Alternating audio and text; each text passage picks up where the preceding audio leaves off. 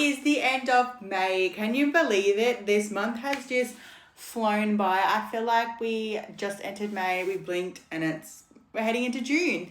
June is my birthday month, so I'm very, very excited for that. I know my husband has absolutely spoilt me rotten, and I'm just so excited to head into the halfway point of the year. I cannot believe it. I had my daughter over 2 months ago now, my second daughter, and time is just flying. But that does mean that we are sitting down for another monthly reset. I have my trusty laptop here, and we are going to go over the month and the totals for May and recap them all. I've already done the full May total spreadsheet, so I have seen a few numbers and I'm a little nervous, I'm not gonna lie, but I feel like we just need to get straight into it. So as you guys know, my husband only headed back to work in May. He had all of April off for our second baby, and so he only headed back to work in May. So income finally started to flow, it started to come in, and it started to make inroads into some of our goals and some of our savings. So before we jump straight into the numbers, I am going to talk about, I read 3 books this month. I am such an avid reader. I'm a beginner, but such an avid at the moment. I started with In Her Own League by Liz Tomford, and I loved it. I think it was such a great ending to the spin-off of the Windy City series. But in saying that, I do think books 3 and 4 of the Windy City series were much better. So it's not my favorite, but I still really liked it. I still read it, still really enjoyed it. I have realized though I don't like romance as much. It's not my favorite genre, but I do like the sports romance, but like cowboy romance and all of that, I just can't get around it. Sports romance, I love sports as a person, so I think that's why I can get around sports romance. But my favorite genre is what I'm about to, the other 2 books I read. They were both from Frida McFadden, which is a thriller author, and she is amazing. Okay, like she is so good, and I'm obsessed with her books. I literally just want to read all of them. I have started a 4th book this month, but I won't be able to finish it unless I finish it in like a day. I have started a 4th book, and it's finally not from her, but it's in the thriller genre. It is Apartment Across the Hall from Jack Dane. I have been scouring TikTok looking for recommendations, and a lot of people recommended this book, so I started reading it and I really enjoy it. I've already read over 40% of the book, and it's been like 1.5, 2 days? No, 1.5, maybe 1 day, and I'm obsessed. Like, I love it. The storyline, the plot, and it just literally keeps me on my toes. I don't want to put the book down. There's not a lot of back and forth in the middle. It just keeps you guessing around each chapter. There's not a lot of like filler, if that makes sense. I'm so out of like, I don't know how to describe a book because I'm a beginner reader myself.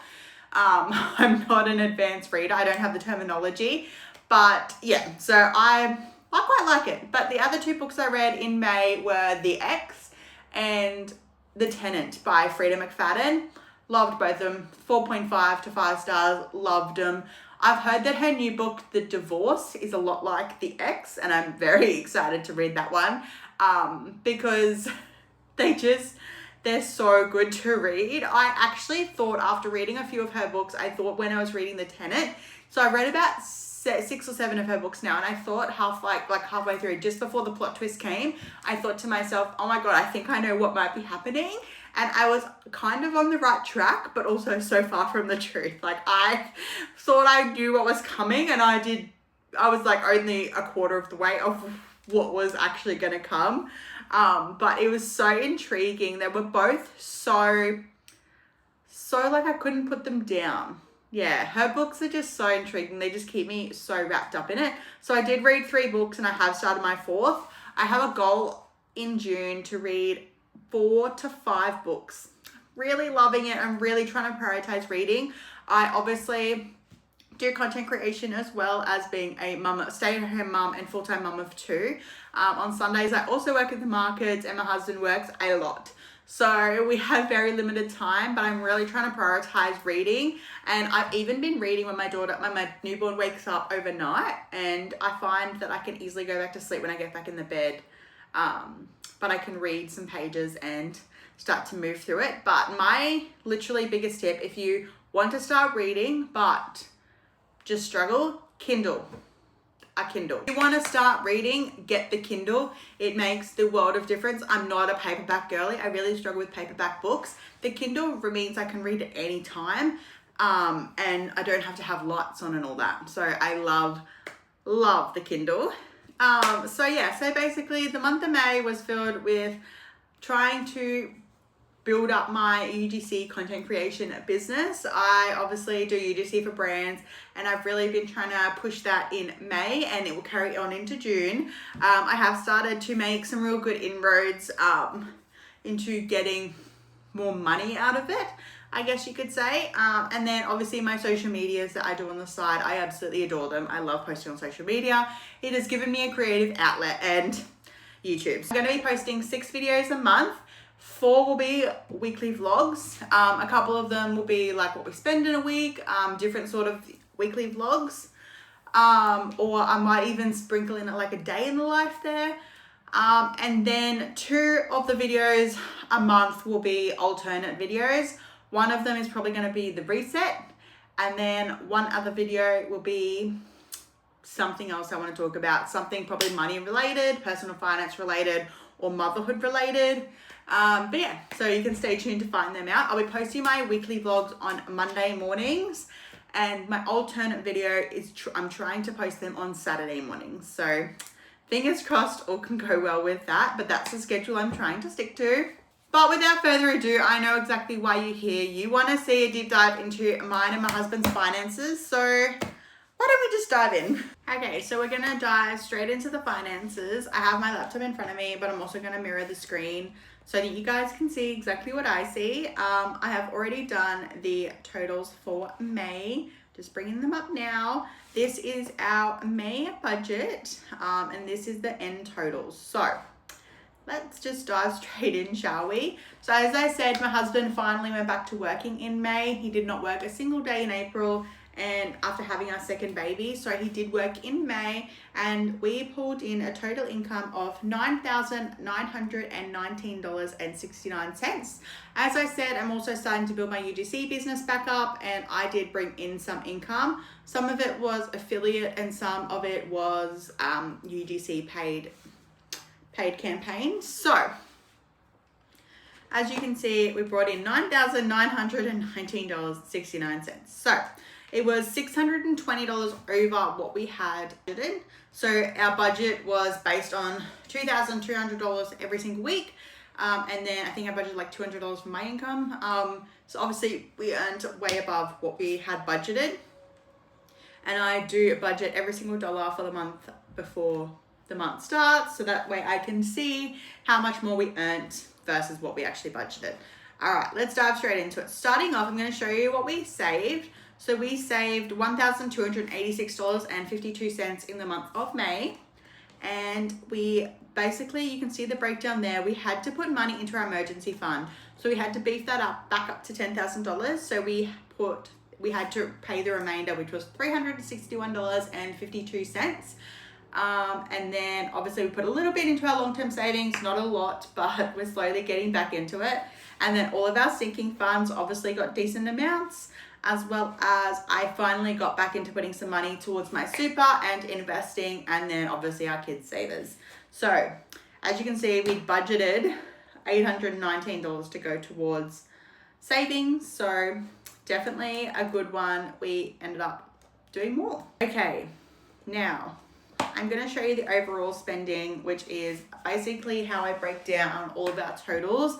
As you can see in the bottom, I put all of our expenses in, and I put all of our expenses in here, and then it translates to our overall spending chart. So I only factor in the bills that we actually paid for, not what we put away for all of our bills every week. People do get a little bit confused on that one.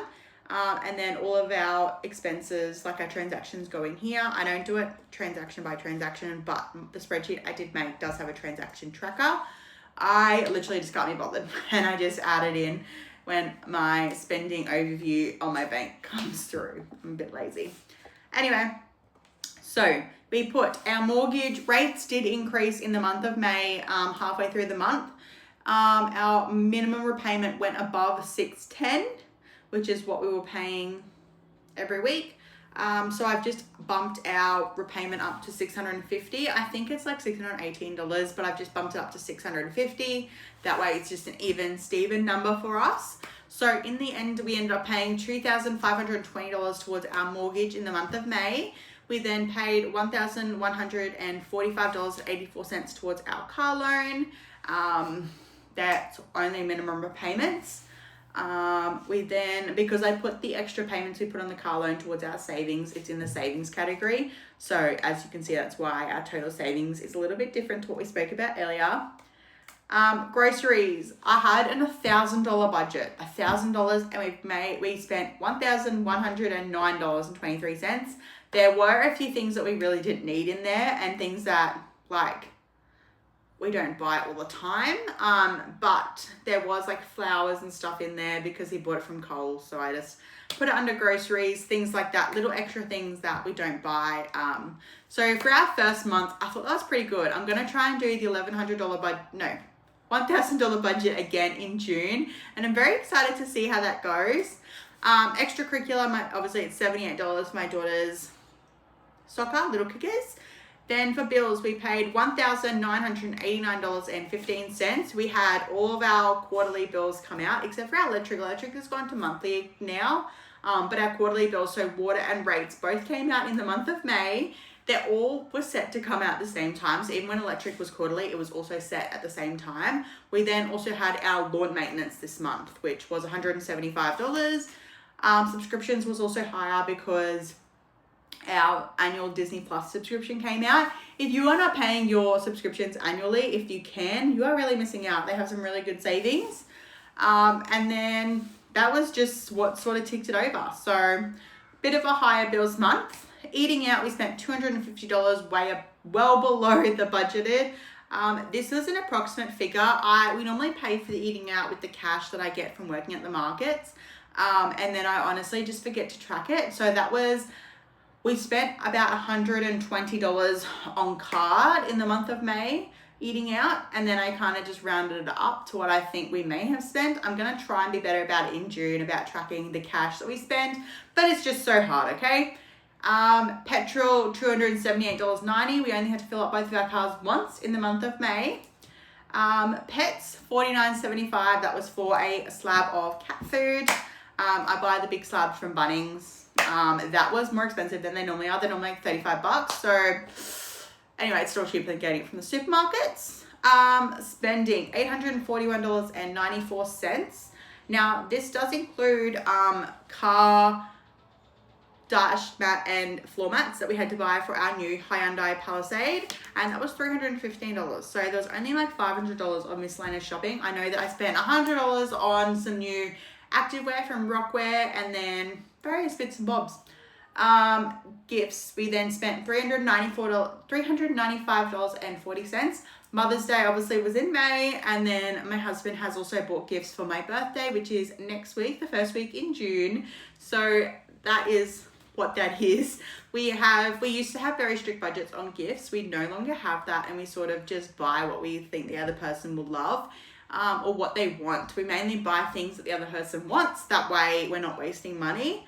And I know he's definitely bought me some really good goodies. So I'm not complaining, okay? Because it's not stuff I would buy for myself, all right? And then, so the actual spending for the month of May came to $800. Oh my God, the baby brain. Oh my God. We have had sickness roaming through our house for the last few days, and we're finally starting to get better, but $8,658.21. We originally had said that we were going to spend $8,331.03. So only a few $100 over. So I'm calling that a win. Like, that's not too bad. 29.2% went to expenses, 12.8% went to savings, 37.4% went to debt, and 20.6% went to bills. So overall, not too bad. We can't complain. Like, our bills was heavy, things like that. When you have the big bills all coming out at once, it's going to be a heavy month, isn't it?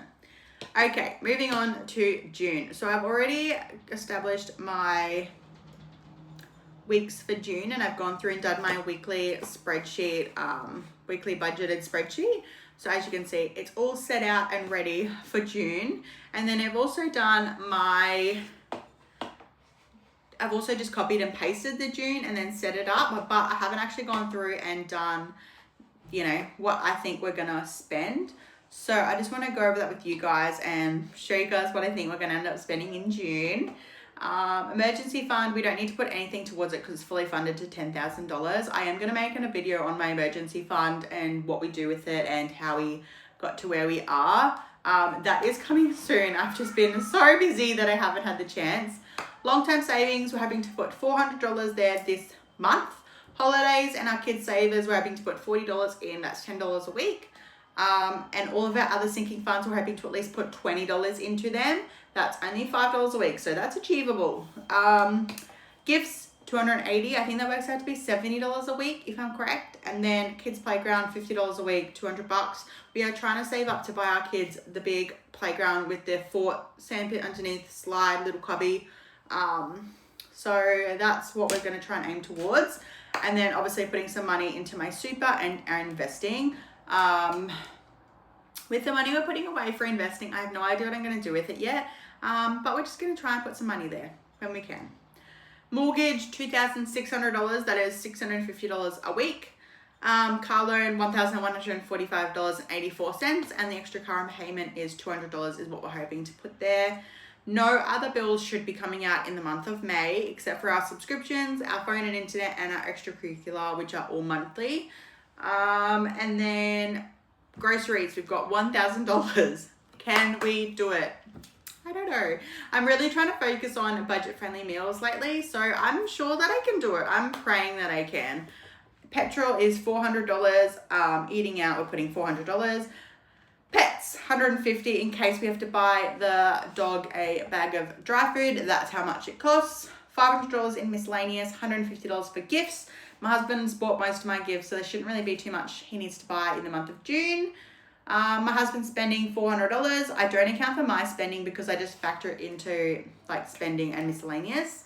Clothing, $10. Health and beauty, $20. Home, $20. Kids, $20. Home maintenance, $20. Equipment. The baby brain. Entertainment, $50. We do have my daughter's Wiggles concert in the month of June, so that's probably going to be to buy a little toy at the Wiggles concert. I have promised her a ball because our dog broke the one that we got at the last Wiggles concert, so that's probably what that's going to be for. And then car expenses, $0. I don't want to spend anything on that new beauty car this month. So overall, we're expecting to spend $7,307.12 in the month of June. So that is the end of our May reset. We have resetted and gone over our expenses for May and seen where we can cut expenses. We have then set up our June budget. I've set up our 4 weeks in June as well as our June overall spend. And overall, not too bad. I'm really happy with how May went considering the circumstances. I'm excited to see what we can do in June. I know I have quite a bit of work on at the markets as well as trying to really build my UGC business. So that's going to be a priority for June, and hopefully I can bring in more income in June. I'll obviously also have affiliate payments all come out. So I'm really excited to see what we can do and how much we can bring in and where we can really prioritize putting our money in the month of June.